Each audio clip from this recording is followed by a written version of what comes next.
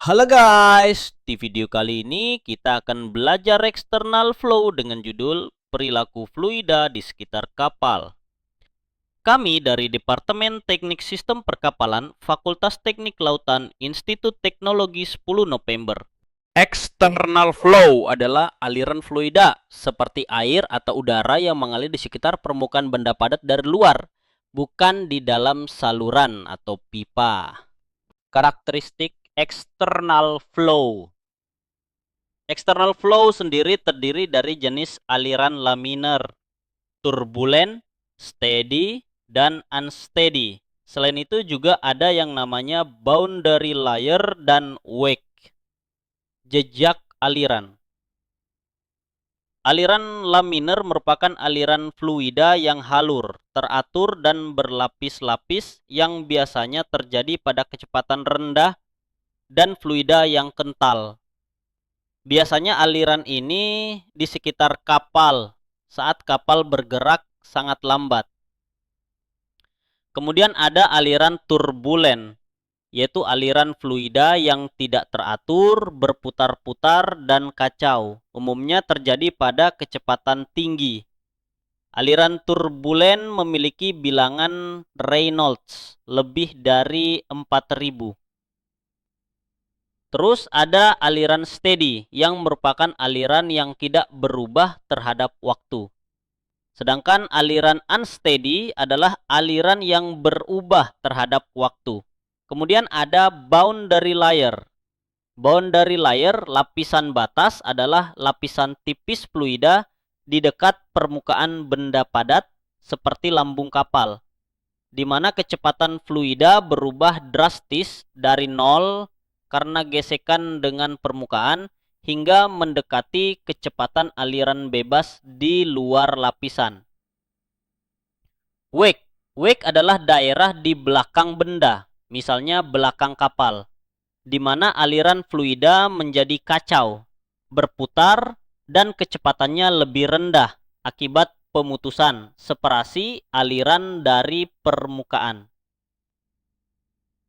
Gut external flow.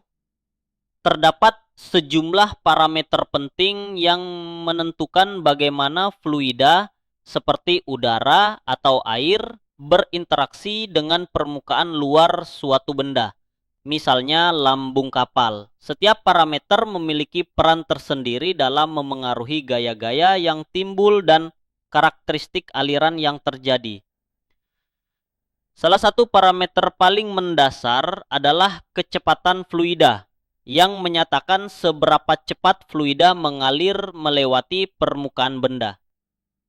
Dalam konteks kapal, kecepatan aliran air relatif terhadap lambung akan menentukan besar gaya gesekan dan juga memengaruhi apakah aliran tersebut bersifat laminar atau turbulen. Kecepatan ini berkaitan langsung dengan besarnya gaya-gaya seperti drag, gaya hambat, dan lift, gaya angkat, serta berperan penting dalam pembentukan pola aliran di sekitar kapal. Bersama kecepatan, tekanan fluida juga sangat penting. Tekanan adalah gaya persatuan luas yang bekerja pada permukaan kapal akibat tumbukan molekul fluida. Perbedaan tekanan antara sisi-sisi kapal. Untuk memahami jenis aliran yang terbentuk, digunakan konsep Reynolds number, bilangan Reynolds. Ini adalah angka tak berdimensi yang membandingkan antara gaya inersia fluida, jata yang mendorong fluida terus bergerak, dan gaya viskositas fluida, jata yang cenderung menghambat gerakan. Nilai Reynolds number yang rendah menunjukkan bahwa gaya viskositas dominan, menghasilkan aliran laminar yang halus. Sebaliknya, nilai Reynolds tinggi menunjukkan dominasi gaya inersia, menghasilkan aliran turbulen yang kacau dan penuh pusaran. Dalam aliran sekitar kapal, aliran turbulen lebih umum terjadi, terutama pada kapal yang bergerak cepat.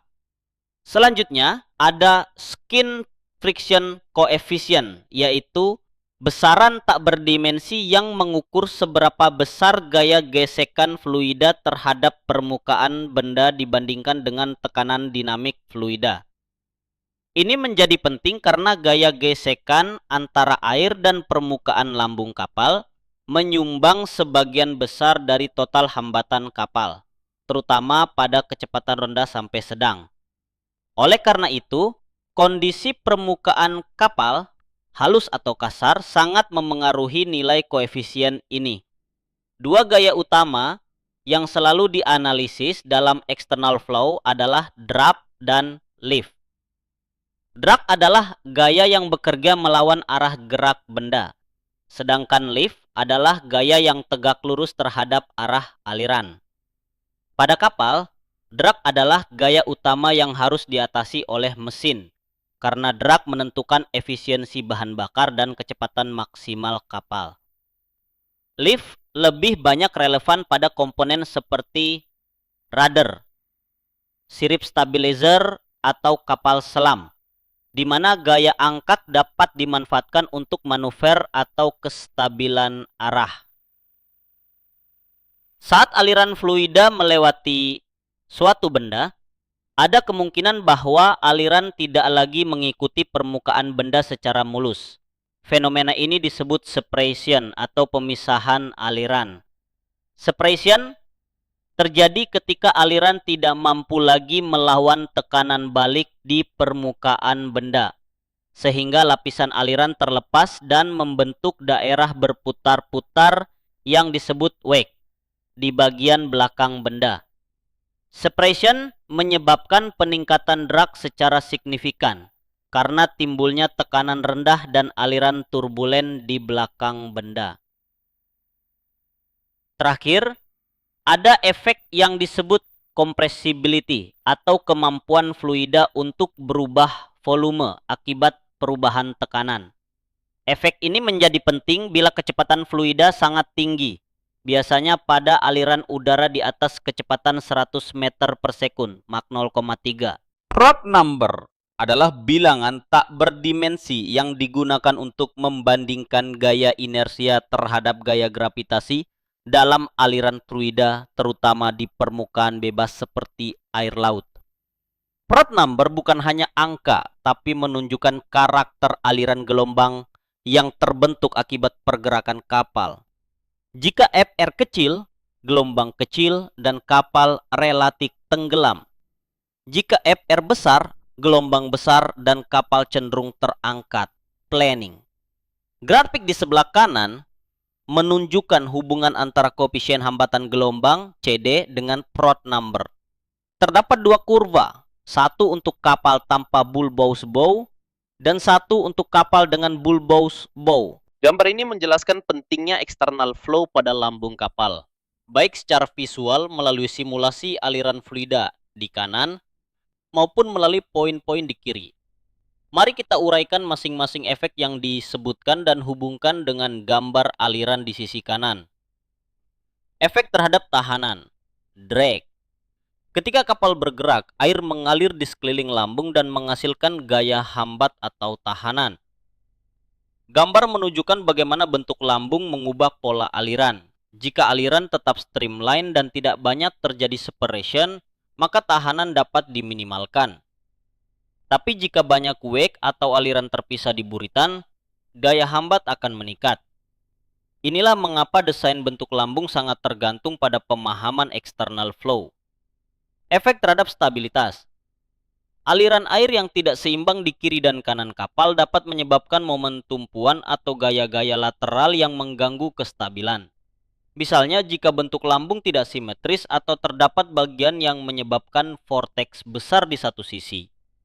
Kapal bisa terguling atau menyimpang dari jalurnya. Pada gambar, kestabilan aliran di kiri kanan lambung menandakan kestabilan kapal. Jika aliran tampak pecah atau tidak simetris, bisa jadi indikasi masalah stabilitas. Efek terhadap efisiensi bahan bakar. Tahanan yang tinggi menyebabkan mesin harus bekerja lebih keras, mengonsumsi lebih banyak bahan bakar. Gambar ini penting karena bisa digunakan untuk menganalisis bagian-bagian lambung yang menghasilkan drag berlebih lalu dilakukan perbaikan desain agar kapal menjadi lebih hemat energi. Setiap desain yang mengurangi separation dan menjaga aliran tetap laminar akan meningkatkan efisiensi. Efek terhadap kecepatan kapal. Kecepatan maksimum kapal tidak hanya ditentukan oleh daya mesin, tapi juga oleh seberapa efektif lambung mampu memotong air. Jika aliran di sekitar lambung bersih dan tidak banyak kehilangan energi, misalnya akibat wake besar, kapal bisa melaju lebih cepat. Gambar aliran ini membantu menentukan kecepatan optimum yang bisa dicapai kapal dengan desain tertentu, serta menunjukkan batas di mana hambatan mulai meningkat tajam. Terkait juga dengan Froude number. Gambar ini membahas pentingnya external flow pada bulbous bow, yaitu tonjolan yang menonjol ke depan di bagian bawah haluan kapal.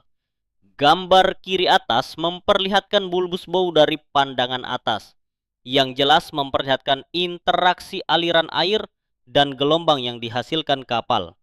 Elemen desain ini bukan hanya sekadar estetika, tetapi sangat erat kaitannya dengan perilaku aliran fluida di sekitar kapal dan efisiensi keseluruhan kapal saat berlayar. Salah satu peran utama bulbous bow adalah dalam mengurangi wave resisten atau tahanan gelombang. Saat kapal melaju, gelombang yang dihasilkan oleh haluan menambah tahanan yang harus dilawan oleh sistem propulsi. Bulbous bow bekerja dengan cara menghasilkan gelombang yang berlawanan fasa dengan gelombang utama kapal, sehingga keduanya saling interferensi destruktif.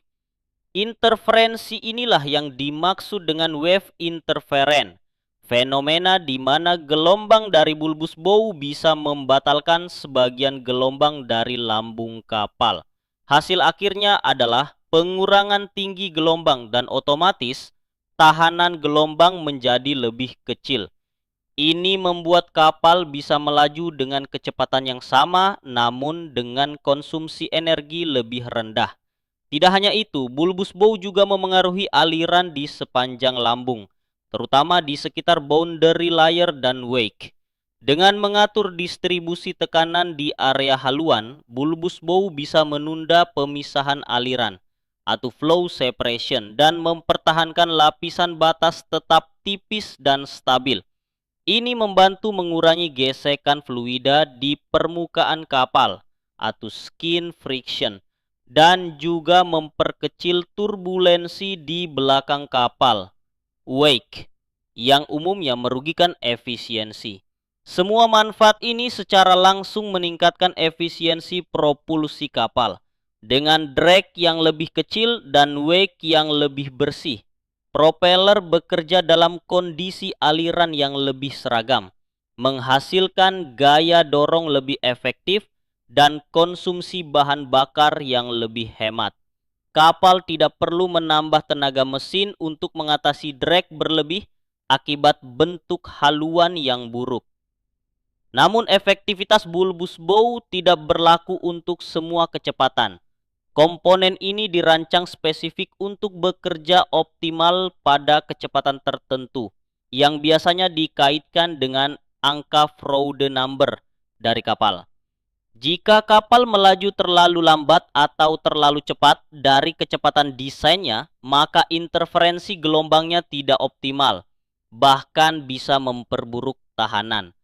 Maka dari itu, pemilihan desain bulbous bow sangat bergantung pada profil operasi. Itu tadi pembahasan mengenai external flow di marine engineering dari kami. Sekian, terima kasih. Sampai jumpa.